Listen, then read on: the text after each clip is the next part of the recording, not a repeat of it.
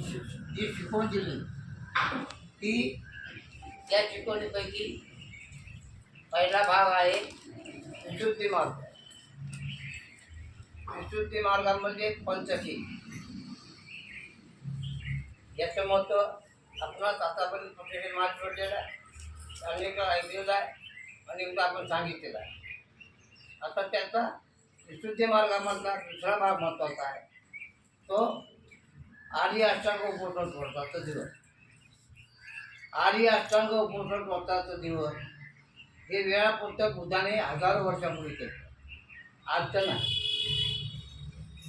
हे वेळापत्रक आहे. तर आर्य म्हणजे श्रेष्ठ, अष्टांग म्हणजे 8 अंग असलेला, उपोषक म्हणजे त्या नियमाप्रमाणे आपण जीवन व्यतीत करणे. उपोषण व्रत, उपोषण व्रत म्हणजे धारण करणे, अंगीकारणे.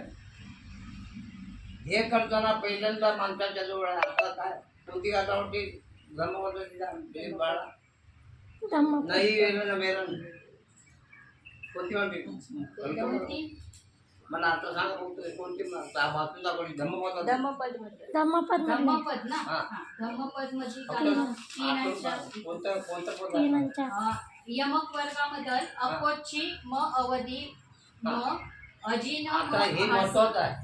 उपोषणाकडे जाण्याच्या अगोदर हे सांगतो. बुद्धाने उपदेश दिला.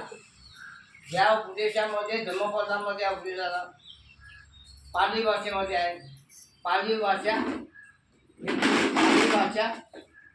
या पाली भाषेमध्ये बुद्धाचं वचन आहे. म्हणून बुद्धाच्या वचनाबद्दल आपण पहिल्यांदा उच्चार करूया. बुद्ध वचन काय आहे ते उच्चारूया. सर्वांनी उच्चार फक्त. आणखी आपण सर्व सूचना आहे. थोडंसं बसण्यासाठी सवय नसल्यामुळे अवघडलं तर आपण खुर्चीवर बसायचं किंवा अगदी स्वच्छ बसायचं. म्हणजे हात पाय तसं दिली बसला तुम्ही तर बसलं न बुडवली, स्वस्त कम्फर्टेबल, मन प्रसन्न ठेवायचं, हातपाय मोकळे घेऊ नका. जर का शरीराला कुठे ना कुठे जर तुम्ही आपण असं गुंतागुंत केली ना मग मन नाही लागत.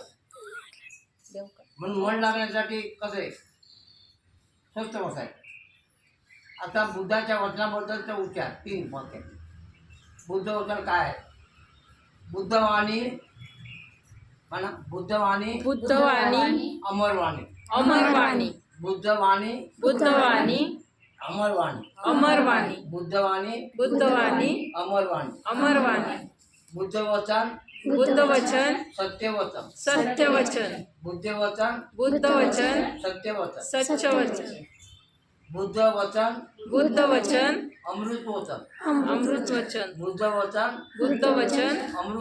अमृतवचन. तिसऱ्या वाक्याचा अर्थ थोडक्यात सांगतो. अमृत, म्हणजे नाही, मृत म्हणजे कधीही ते नष्ट होत नाही, ते कधी नाकारता, कधी भंग पावत नाही. बुद्धाचं वचन काय आहे? अमृत, कधी ते भंग पावत नाही, ते कोणाला नाकारता येत नाही. मला नाही मान्य असं म्हणण्याचं शब्द दिलेलं बुद्धाने. पण ज्याला आपला हिस्सा जात आहे त्याने मात्र ते स्वीकारच लागतं. सत्य आहे. बुद्धाच्या वचनामध्ये झालं. आता हे बुद्धाच्या वचनात भगवानचं काय म्हणतात ते आपण धम्मपदामध्ये काय वाचलं? अकोचिम अवधिम अजिनिम एतंत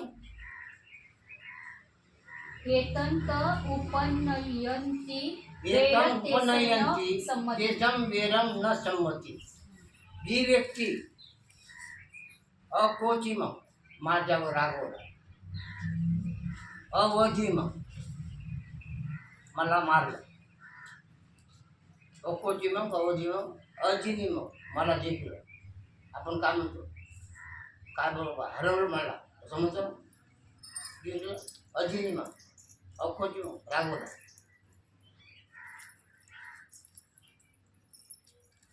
अशी विचार जी व्यक्ती करते त्या माणसाचं वय कधीही संपत नाही. ते सतत ते सारखं मनामध्ये घोळते आणि त्याच्यामुळे काय होतं?